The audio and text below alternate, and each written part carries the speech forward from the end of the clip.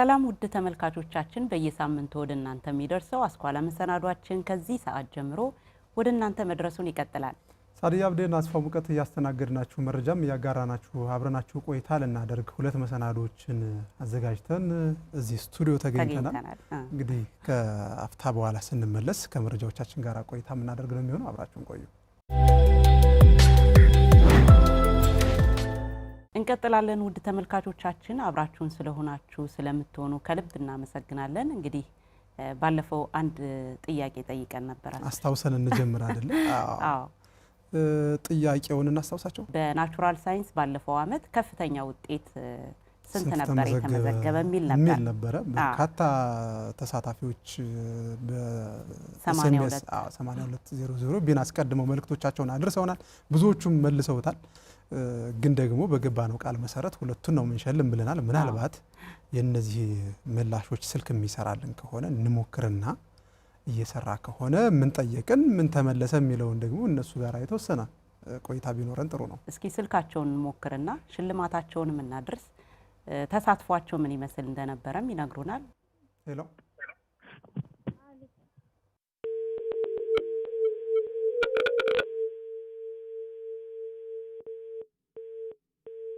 እንግዲህ ያስብሽ ያው የሁለቱ መላሾቻችን ስልካቸው አልሰራልንም። ጠይቀን ምላሽ መልሰው ስልካቸው አልሰራልንም። ሽልማታቸውን ዞሮ ዞሮ እኛ እናደርሳለን። ቁጥሮቹን የመጨረሻዎቹ ሁለት ዲጂቶች ብቻ እንተዋቸውና የመጀመሪያው አንደኛ መላሻችን 0975 61 86 ብሎ ቀጣይ ቁጥር አለው። ቁጥሮች መላሾቹ ያውቋቸዋል። በዚህ ቁጥር የተደወለ የተላከ መልእክት የመጀመሪያው መላሽ ሆኗል። 591 ብለው መልሰዋል። ሁለተኛው ደግሞ 0927 60 ሁለት ዲጂቶች አሉ። እንግዲህ ይሄኛው ያው በኤስኤምኤስ ምላሻቸውን አድርሰውናል። እንግዲህ ስለመለሳችሁ ከልብ እናመሰግናለን። ሽልማታችሁን እንግዲህ እናደርሳለን። ዛሬ አንድ ጥያቄ አለን። ከዛ በፊት ግን ምላሹን እስኪ እናስታውሳቸው። በተፈጥሮ ሳይንስ ነው ያነሳ ነው። እንደ ሀገር 591 ከፍተኛው ነው የመጣው። ተማሪ ካሊድ የሚባል ከፍተኛ ውጤት ያመጣው ተማሪ ይሄ ተማሪ ነው። ሁለት ትምህርቶች ላይ በጣም ሐሳቤን እየሳቡኝ ነበር። 100 ፊዚክስ እና ሂሳብን 100 ነው ያመጣቸውና ከ691 ማለት 9 ጥያቄዎቹን ነው የሳተው። ይህንን ጥያቄ ያነሳንበት ምክንያት አሁን በዚህ አመት የሚፈተኑ ልጆችም ይህንን እንደመነሻ አድርገው ማሻሻል አለብኝ ብለው የቤት ስራም እንዲወስዱ አስበን ስለሆነ ስለ ተማሪው የተወሰነ ነገር ብናነሳ ጥሩ ነው። እንግዲህ ተማሪ ካሊድ የዶዶላ ኤፊቦሩ ልዩ አዳሪ ሁለተኛ ደረጃ ትምህርት ቤት ተማሪ ነው። ከ600 591 ነው ያመጣው። በጣም ደስ የሚል ውጤት ነው። ፊዚክስ እና ሂሳብ እንደገለጽከው 100 ነው የመጣው። አጠቃላይ እንግሊዘኛ 96፣ ኬሚስትሪ 98፣ ባዮሎጂ ደግሞ 99፣ አፕቲቲዩድ ደግሞ 98 አምጥቷል። በጣም የሚያረካ ውጤት ነው። የሚገርም ውጤት ነው። የኛም የዚህ አመት ተፈታኝ ተማሪዎችም እንዲሁ በተመሳሳይ ይህንን ውጤት ሪከርዱን ለመስበር ያው 100 እንኳን የቦነስ ጥያቄ ካልኖረው በስተቀር ከዚህ በላይ ሪከርድ አይኖርም። ግን ደግሞ ጥያቄዎች 100 ማምጣት እነዚህን 100 በማምጣት የካሊድን ሪከርድ ማሻሻል ይቻላል።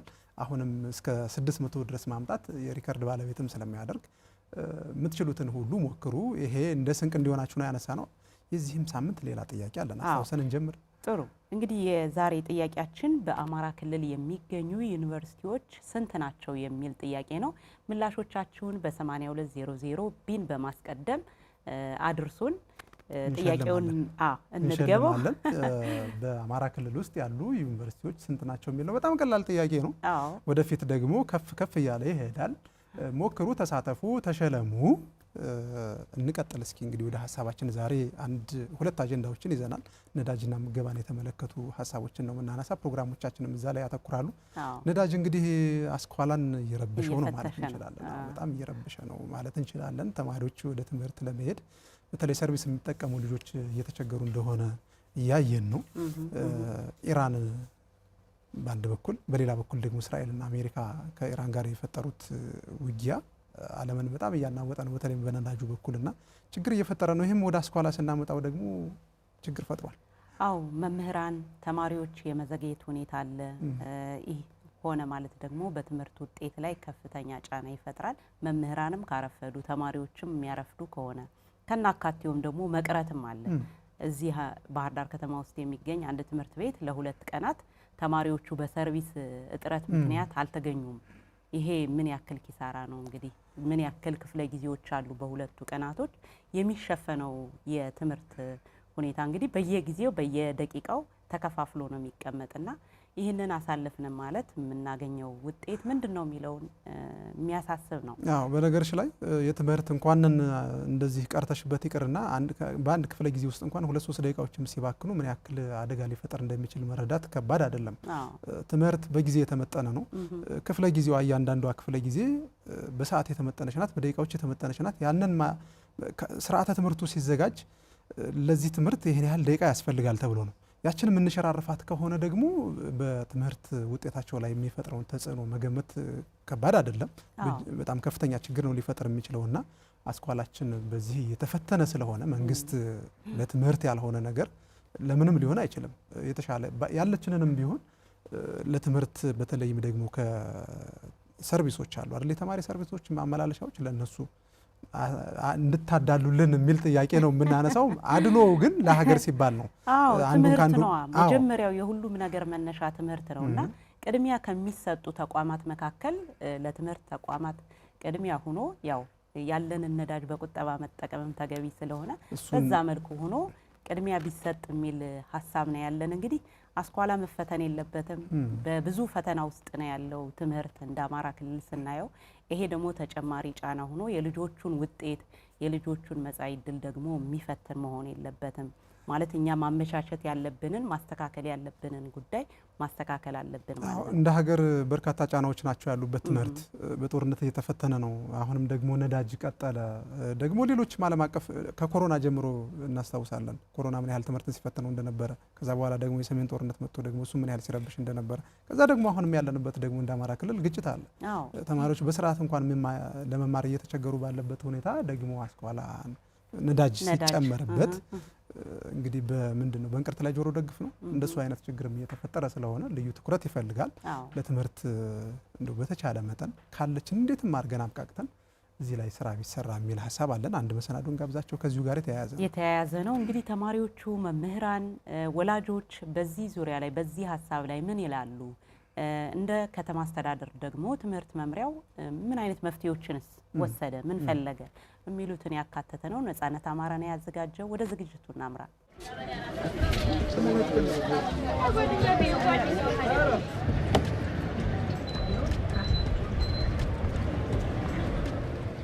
ዛሬ አንድ ሳብጀክት ቀጥቼ ነው የገባሁት። ዛሬ ለራሱ እዛኔ ያሉ በእግሬ ስመጣ በጣም ሩቅ ነው፣ ይደክመኛል። ረዣዥም ሰልፎችን ተሰልፈው አንደኛው ክፍለ ጊዜ ላይ መድረስ በጣም ፈተና ሆኖብናል ማለት ነው። አዚዬ እሷን በእጅ ይዤ ነው ለዚህ ድረስ የምትመጣና ልጅቱ እየደከመችብኝ ነው። ከሚመለከተው ተቋም ጋር በቅንጅት እንሰራለን።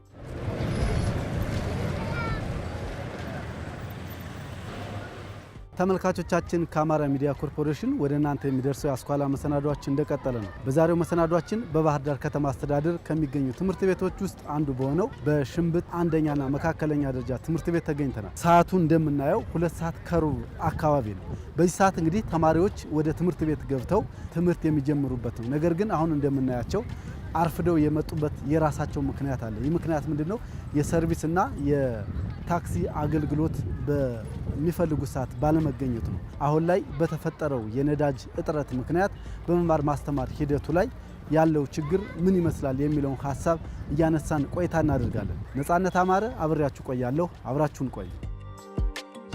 የአሜሪካ እስራኤልና ኢራን ጦርነት በዓለም የኢኮኖሚ ስርዓት ላይ ዳፋውን እያሳደረ ይገኛል። ጦርነቱ ኢትዮጵያንም በነዳጅ እጥረት እየፈተነ ነው። በነዳጅ እጥረት ምክንያት የመማር ማስተማር ሂደቱ ከፍተኛ ጫና ውስጥ ገብቷል። መምህራን፣ ተማሪዎች፣ ወላጆችና የትምህርት አመራሮችም ችግሩ በዚህ ከቀጠለ የከፋ ጉዳት ሊያደርስ ይችላል ይላሉ። በተለይ ሩቅ አካባቢ የሚመጡ ልጆች አሉ። እነዛ አሁን በእግር ሲመጡ ቢያንስ 1-2 ፔሪየድ ሚስ ያደርጋሉ። ያ ትልቅ ችግር ነው። ትምህርት እያለፈው ሁልጊዜ ተማራ ይባላል። ኢኮኖሚካሊ አሁን ለምሳሌ በኮንትራት ቢባል በጣም ብዙ ብር ነው የሚጠየቀው። ቀን በቀን አንተ ያንን ያህል ብር አውጥተህ አይቻልም። በጣም ከባድ ነው የሚሆነው። ሲቀጥል ለትራንስፖርት ያን አላወጣህ ማለት ብዙ ወጪ አለ። ልጅ እንደማስተማር ብዙ ነገር ይታወቃል። ያው ስለዚህ በጣም ከባድ ክራይስ ነው ያለው። እኔ ከኮንዶሚኒየም ከዚህ ቢያንስ ከ4 ኪሎ ሜትር 3 ኪሎ ሜትር አካባቢ ርቀት አንስቼ በታክሲ ጠዋት 12 ሰዓት ወጥቼ ሰልፍ ተሰልፌ ምናምን ነበረ ከዚህ በፊት የሚመጣው። አሁን ይህንን ተከትሎ ደግሞ ጭራሽ ለናንድየው አሁን ላይ የው ነዳጅ መጥፋትን ተከትሎ አገልግሎቱ ትንሽ አስቸጋሪ ሆኖብናል። እኔ ለምሳሌ ዛሬ 12 ሰዓት ወጥቼ ተሰልፌ አልደርሴ ባለ ሰዓት አዝ መድረስ ያለብኝ እንግዲህ ቢያንስ 1 ሰዓት ከ45 አካባቢ መድረስ አለብኝ። ነገር ግን ዛሬ አንድ ሳብጀክት ቀጥቼ ነው የገባሁት። ዛሬ ለራሱ አንድ ሳብጀክት አለፈ ማለት እንግዲህ በሰዓት ነው የ8ኛ ክፍል ተማሪ ነኝ፣ ተፈታኝ ነኝ። ብዙ ነገር በዛ ሰዓት ብዙ ነገሮች ያልፉኛል። ያለፉኝን ለማስተካከል ስል ደግሞ እንግዲህ ከጊዜም አንጻር በጣም ችግር ነው የሚሆን። ዞሮ ዞሮ አይመጣጠንም ብዬ አስባለሁ። የወላጅ ችግር ተፈጥሮብናል። እኔ ለምሳሌ ልጄን ይዣት መጣ ከወራሚት ነው። ከወራሚት ይዣት ስመጣ ያው ልጅ አዝዬ እሷን ደግሞ በእጄ ይዤ እየጎተቱ ነው። እዛ ትምህርት ቤት እንትኑ መኪና ምናምን ባጃጆቹ ምናምን ሰልፍ ስላለ ብዙም ስለማናገኝ ይዤ እየጎተቱ ነው። ይዣት ነው መጣ አዝዬ እሷን በእጄ ይዤ ነው እዚህ ድረስ የምትመጣና ልጅቱ እየደከመችብኝ ነው እያቃታት ማለት ነው። በሀገራችን በተከሰተው የነዳጅ እጥረት ምክንያት የተለያዩ ትምህርቶች ያልፉናል። በውጤታችንም ላይ ትልቅ ተጽዕኖ እያሳደረብን ነው። በፊት ላይ በጊዜ ደርስ ነበረ። አሁን ላይ ግን በጊዜ እንዳልደርስ ነው ሁኛለሁ። እናም በተጨማሪ የተለያዩ ትምህርቶች እያለፉኝ ነው። ውጤቴ ላይም ብዙ ተጽዕኖ እያሳደረብኝ ነው። ድካሙ ደግሞ በጣም ከባድ ነው። ከዛ እኔ የምመጣው ከ14 ነው። እዛኔ ያለ በእግሬ ስመጣ በጣም ሩቅ ነው፣ ይደክመኛል። በትምህርቴ ላይም ድካም ሲሰማኝ ብዙ መዘናጋቶችን ያሳድሩብኛል። ብዙ ተጽዕኖ አለው። አጠቃላይ ከትምህርት ቤታችን የሚመጡ ተማሪዎች ከተለያየ ቦታ ነው የሚመጡት። በታክሲ የሚጠቀማሉ፣ ኮንትራት ተይዞላቸው የሚመጡ ልጆች አሉ። እነዚህ ልጆች እነዚህ መኪናዎች ኮንትራታቸውን በማቋረጣቸው ምክንያት ቅድም ታዩት እንደነበሩት በአንደኛው ክፍለ ጊዜ ኦልሞስት በርካታ ተማሪ ነው የማይደርሰውና አንደኛው በተማሪዎች ቀድሞ መድረስ ላይ ጫና ፈጥሯል። ሁለተኛው ያሉን መምህራኖች በተለይ ኦልሞስት ብዙዎቹ መምህራኖች ያሉት ልደታ ሳይት ናቸው፣ አዲሱ ምሬት ላይ ማለት ነው። የተወሰኑ አባይ ማዶ አየር ጤናና ዲያስፖራ አካባቢ ያሉ አሉ። እነዚህ መምህራኖች ከዛ አንስተው የሚመጡት በታክሲ ነው። ረዣዥም ሰልፎችን ተሰልፈው አንደኛው ክፍለ ጊዜ ላይ መድረስ በጣም ፈተና ሆኖብናል ማለት ነውና ኦልሞስት አንደኛው ክፍለ ጊዜ አሁን ተማሪዎችም እየተማሩ አይደለም፣ መምህራንም እነዚህ መምህራኖች እየደረሱ እያስተማሩ አይደለም። ይሄ ደግሞ በተደጋጋሚ ሲፈጠር ከፍተኛ የሆነ የትምህርት ጊዜ ብክነት ያመጣል።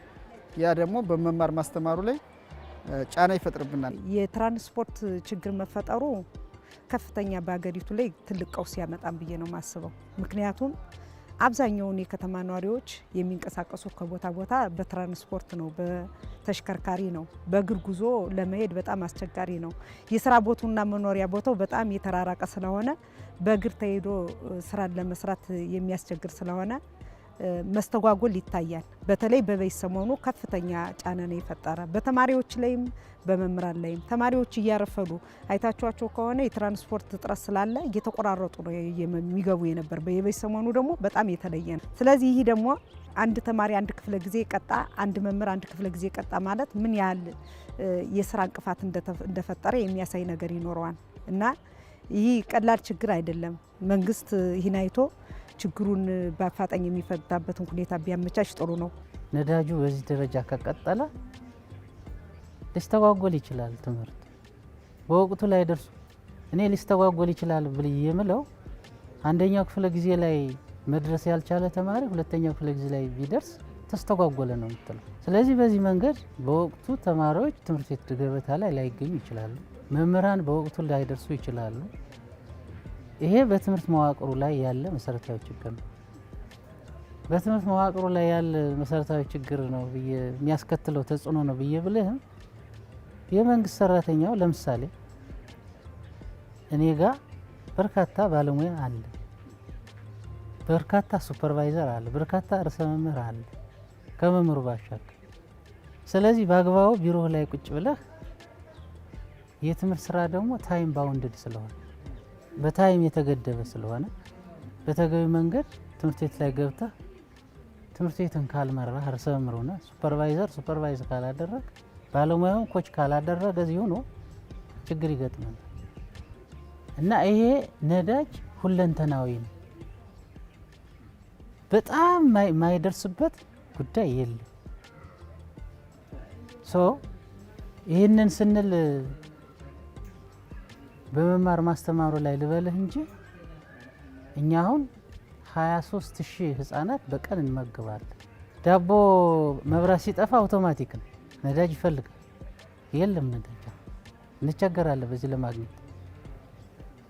ወተት እንመግባለን። ወተት ፓስቸራይዝድ ወተት የሚሰራው በመብራት ነው አይደል? በኤሌክትሪክ ነው። ትምህርት ቤት ላይ ይደርሳል። ተሽከርካሪ ነው የሚመጣው። ተሽከርካሪው ነዳጅ ይፈልጋል። አየው 23,000 ህፃናት በቀን የምንመግባቸው ህፃናት ወተት ሊያጡ ነው፣ ዳቦ ሊያጡ ነው። ቢኮዝ በዚህ ችግር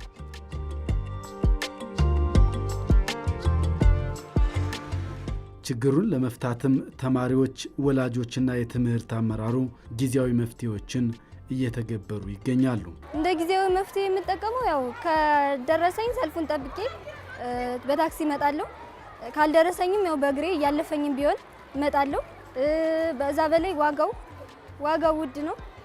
ለተለያዩ ለእስክሪብቶና ለደብተር የምናደርጋቸውን ወጪዎች ለእንትን እየተጠቀምናቸው ነው። ለታክሲ ያው ቤተሰብ ላይም ብዙ ተጽዕኖ እያሳደረብን ነው። ታክሲው በጣም ውድ ነው። ኢኮኖሚ ቀውስ እያስከተለ ነው። እንደ ተማሪ እንግዲህ ዙሮ እኔ አሁን ቀደም ብዬ ተነስቼ እየመጣሁ ነው። አሁን ጊዜ ለማሻሻል እንዳያልፈኝ ጥረት እያደረግኩ ነው። ትምህርቴን መከታተል ስላለብኝ ያለኝ በቃ ጊዜ እንትን ለማለት እንግዲህ ቀድሜ እየተነሳው ትንሽ ቻሌንጅ ነው ብለን እንጂ እንትን እያሉ ነው ያስባለሁ። በቃ ወላጅም ትምህርት ቤቱ የሚመለከተው ማህበረሰብ አንድ ላይ ሆኖ ይሄን ነገር በዋናነት ለጊዜያዊነት ቅድሚያ ለተማሪ ቢሰጥ ያለው ትራንስፖርቴሽን ማለት ነው። ቀጣይ ለረጅም ጊዜ ደግሞ የሚሆነው ለተማሪ ቢመደብ በቃ ለአምባስ መንግስት የሚያስመጣቸው ባሶች አሉ። እሱም ለተማሪ ተብሎ ቢመደብላቸው ታስቦበት ማለት ነው። ትምህርት ቤቱን በዚህ በጊዜያዊነት የሚጠቀሙ አማራጭ የለም። እንግዲህ መምህራን ቀደም ብለው ተነስተው በእግራቸው እንዲመጡ ነው የተግባባ ነው ማለት ነው። አብዛኞቹ በተለይ ከርቀት ያሉት ታክሲ ወዳለበት እንዲቀርቡ አሁን ልደታ ያሉ መምህራኖች እስከ ተባበሩ ድረስ በእግራቸው ነው የሚመጡት።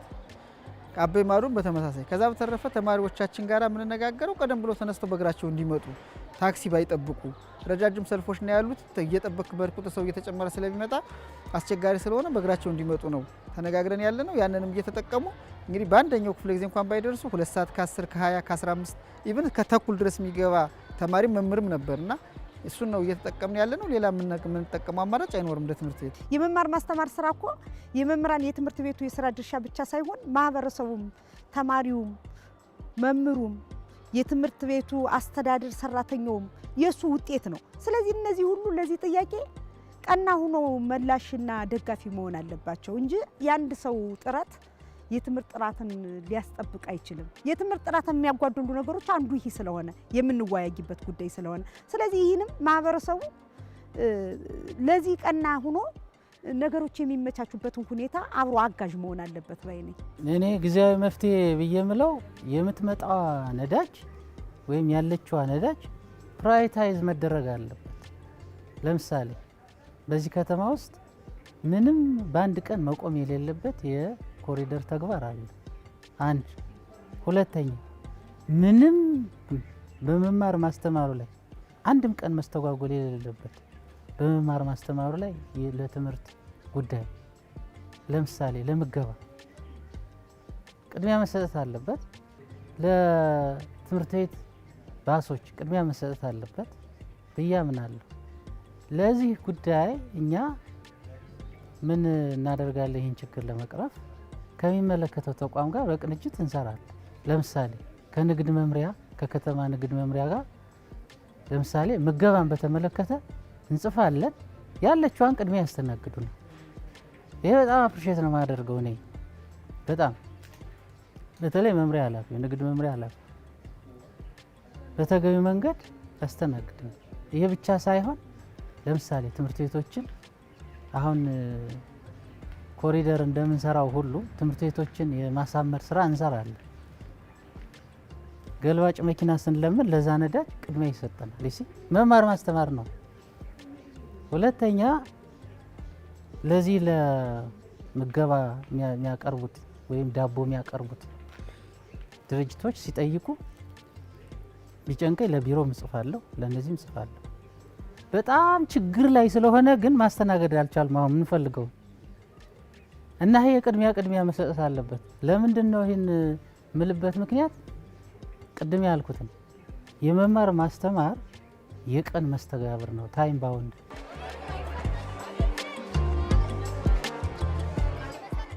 በጊዜያዊነት ችግሩን ለመፍታት እየሞከሩ እንደሆነ የሚናገሩት ተማሪዎች፣ የተማሪ ወላጆች፣ መምህራንና የትምህርት አመራሩ ጫናው ከዚህ የከፋ ጉዳት እንዳያደርስ ዘላቂ መፍትሄ ሊፈለግለት ይገባል ይላሉ። ዘላቂ መፍትሄ ቢሆን ብዬ ማስበው ማለት ነው አሁን የመጡ አዳዲስ ባሶች አሉ። ስለዚህ እዛ ላይ በደንብ ቢሰራ ጥሩ ነው። ለሌላውም ለሰራተኛውም ተጉላልቶ ነው፣ ስራም ተበድሎ ነው፣ ተማሪውም ትምህርት ተበድሎ ነው። ይሄ ከሚሆን ይህም ለረዥም ጊዜ እቅድ አውጥቶ ለሁሉም ለሰራተኛውም ለተማሪውም በሚሆን መልኩ ቢሰራበት ጥሩ ነው ብዬ አስባለሁ። ተማሪዎች የተሻለ ትምህርት እንዲማሩ ሰርቪሶች ቢመቻቹ ምናምን ተማሪው በሚወጣበት በሚገባበት የተሻለ የትራንስፖርት እንትን ቢያገኝ ተማሪ የተሻለ ትምህርቱን የመከታተል እድል ይኖረዋል ብዬ አስባለሁ። መንግስት ባሶችን ገዝቶ ለኛ ቢያግዘን አነስተኛ ኑሮ ደረጃ ስለምንኖር ማለት ነው ቢያግዘንና ልጆቻችን ከድካም ከፀሐይ መመታት ፀሐይ በጣም ነው የሚመታቸው። እኔ ልጄ ከትምህርት ቤት ስትመጣ በቃ ፊቷ ጠቁሮ በጣም ክንትን ብላብኝ ነው የምትመጣ። ስለዚህ መንግስት ደግሞ እንደዚህ ዝቅተኛ ኑሮ ለምንኖረው ሰርቪስን ቢያበጅልንና ቢያግዘን ደስ ይለኛል። መንግስት ያው ለኛ ለተማሪዎች ብቻ ተብሎ ባሶችን ኤሌክትሪክ ባሶችን ወደኛ አካባቢ ቢያመጣ ደስ ይለናል። እኛም በሰዓት ተምረን ለተለያዩ ዝግጅቶችንም እንድናደርግ ያው የሚኒስትሪ ተፈታኝም ስለሆነ ብዙ ዝግጅቶችን ቢያደርግልን ደስ ይለናል። አሁን እዚህ ላይ ምንድነው ትልቁ ድርሻ የሚሆነው የዚህ የመፍትሄ አካል የሚሆነው መንግስት ነው። መንግስት ብለን ስንጠራ ደግሞ ባህር ዳር ከተማ ላይ ያለ ከንቲባ አካባቢ ያለ የመንግስት አካላት መማር ማስተማሩ እንዳይስተጓጎል ከተፈለገ አሁን የገቡ 10 የኤሌክትሪክ መኪናዎች አሉ፣ ሰርቪሶች ማለት ነው። እነዚህ ሰርቪሶች ቀደም ብለው ገብተው ክፍለ ከተማ ምደባ ተሰጥቶላቸው መረጃን መሰረት አድርጎ መምህራንና ተማሪዎችን የማጓጓዝ ስራ መስራት መቻል አለበት። በከፍለው ነው የሚመጡት፣ በክፍያ ነው የሚመጣው። ስለዚህ ለሲቪል ሰርቪሱ 2 ሰዓት ተኩል ይወጣ ከሆነ ተማሪና መምህር የሚንቀሳቀሰው አትሊስት 12 ተኩል ጀምሮ ነው። በዚህ ሰዓት እነዚህ መኪኖች ስምሪት ተሰጧቸው ተማሪዎችንም መምህራንን ማመላለስ ካልቻለ 6 ሰዓት ላይ በፈረቃ ተማሪው ሲመለስ ተማሪዎችና መምህራንን ማመላለስ ካልቻለ 11 ሰዓት ላይ ሳይጠብቅ 10 ሰዓት ከ45 ነው ተማሪና መምህር የሚወጣው። በዛ ሰዓት እነዚህ ነገሮች ትኩረት ተሰጥቶ ካልተሰራ መማር ማስተማሩ ላይ ከፍተኛ ጫና ይመጣል። ጫናውም ቀላል አይደለም። ነው እንደ ሀገር ነው ችግር የሚፈጥረው። ቅድሚያ ትምህርት ላይ ካልሰራን የሚፈጠረውን ነገር ማንም ሰው የሚያውቀው ስለሆነ በትኩረት ሊያዩት ይገባል። እኔ ከትምህርት መምሪያ አቅም በላይ ነው። ከንቲባ ኮሚቴ የፐብሊክ ሰርቪስ ጽህፈት ቤቱ የሚያስተባብረው አካል ይህን ትኩረት ሰጥቶ እነዚህ 10 መኪኖች በ6ቱ ክፍለ ከተማ ቢበተኑ ችግሩ እንኳን ባይፈቱ ያቃልሉታል። ስለዚህ ትኩረት ተሰጥቶ እንዲሰራ እኔ በዚሁ አጋጣሚ እንደው ምን ብዬ ልመናም ልለምን ማለት ነው። እኔ አስተማሪ ነኝ። በጣም ነው ልጆች ከኛ ጋር ነው ያሉ። የሚሰማንን ስሜት እኛ ነው የምናውቀው። ቅድም ስትገቡ አይታችሁታል። 5-6 ክፍል ነበር። ክፍል ውስጥ 50-40 ተማሪ ይዞ መምህርም ገብቷል 80 ተማሪ ባለበትና ፔኑ ለኛ ከባድ ነው። መንግስትን በዚህ ልክ አስቦ መፍትሄ ቢሰጥልን። እንደ ትምህርት ቤት ግን እነዚህ አሁን የተወሰኑ የገቡ አሉ ከተማ ላይ የሚያገለግሉ ቅድሚያ ለነዚህ ምክንያቱም አሁን ሌሎች አይጠቀሙ ማለት ሳይሆን ነገሩ ትኩረት ተሰጥቶት በርካታ ማህበረሰብ ያለበት የትኛው አካባቢ ነው እንደው የጊዜ መሸራረፍስ ቢፈጠር ጉዳት የሚያደርሰው የትኛው ነው ተብሎ ተመዝኖ እዚህ ትምህርት ቤት ላይ ባሉ መኪናዎች ተጠቃሚ የሚሆኑበት ሁኔታ ቢመቻች ባይነኝ። የው ትውልድ ነው የምንቀርጽ። መምህርነት ስራው እንዲህ በቀላል የሚተመን አይደለም፣ ከባድ ነው። ተማሪ መማርም እንደዚሁ ነው። የአንድ ሳንቲም 2 ገጽታዎች ናቸው። ስለዚህ እነዚህ ሀገር ተበረካቢ ዜጋን ለመፍጠር ምቹ ሁኔታ መፍጠር ለሀገሪቱ ይጠቅማን የሚጠቅም ነገር ስለሆነ ይህ ቢመቻች የሚመለከታቸው ተቋማት ለትምህርት ትኩረት መስጠት አለበት። ይሄ ከኔ አቅም በላይ ስለሆነ ነው ይሄ የምለው እንጂ በእኛ በኩል የሚሰራው ጉዳይ እኮ ምንም ችግር የለውም። ይሄ ሌላ አካል ነው የሚሰራው። ሰው ምንድነው ችግር ያለው ምንድነው ትምህርት ላይ ያለው ችግር ተብሎ መጠየቅ አለበት። ትምህርት ማህበራዊ ነው። ይሄ ማይነካው የህብረተሰብ ክፍል አለ እንዴ? ትምህርት የለም። ማህበራዊ ነው፣ ትምህርት ነው። ሰው ማህበራዊ ስለሆነ ባለስልጣንም አለ፣ ትላልቅ ነጋዴም አለ፣ ባለሙያም አለ፣ አርሶ አደርም አለ፣ አንተም ልጅ ይኖርሃል፣ እኔም ልጅ ይኖረኛል። የማይነካው የህብረተሰብ ክፍል ስለሌለ በተለይ ከፍ ያሉ አመራር ትምህርት ከተማ ውስጥ እንዳይስተጓጎል የበኩላቸው መወጣት አለባቸው ብዬ አስባለሁ። እኔ የሚመለከተው ጋር የራሴን ስራ እየሰራሁ ነው። ንግድ ገበያ ልማት ቢሮ ጽፋለሁ ደብዳቤ ተባበሩን እያልኩ፣ ንግድ መምሪያችን ጋር ጽፋለሁ ተባበሩን እያልኩ። ችግር የለብኝም እነዚህ ጋር ለመገናኘት ለመደዋወል፣ ደብዳቤ ጽፎ ኮሚኒኬት ለማድረግ ምንም መሰረታዊ ችግር የለብኝም። ግን ወሳኝ አይደለሁ እኔ ወሳኝ የሆነው አካል ግን ይህንን ቅድሚያ ለልጆች ቅድሚያ ለወጣቱ ወጣቱ ያለ የት ላይ ነው? ትምህርት ቤት ውስጥ ነው ያለው። ህፃናት የት ነው ያሉ? ከ4 ዓመት ጀምሮ ህፃናት ትምህርት ቤት ውስጥ ናቸው። ለህፃናት ሲባል ቅድሚያ ለህፃናት ቅድሚያ ለልጆች ብለን እንደምናወራው ሁሉ ይህም ከዛ ያልተናነሰ ሰይንግ ነው ሊኖረው የሚችለው ብዬ አስባለሁ። የነዳጅ እጥረቱ በትምህርት ላይ ያመጣውን ተጽዕኖ በቀላሉ የሚታይ ስላልሆነ በተባበረ ጥረትና በትክክለኛ የፖሊሲ እርምጃዎች ዘላቂ መፍትሄ ግን ሊበጅለት ይገባል።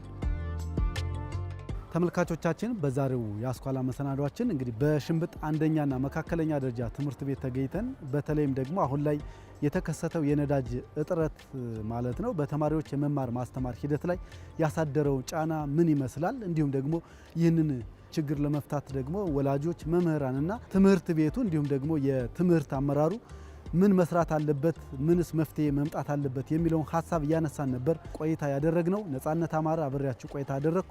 ሌሎች የአስኳላ መሰናዶቻችን ደግሞ ወደ እናንተ መድረሳቸውን ይቀጥላሉ። አብራችሁን ቆዩ።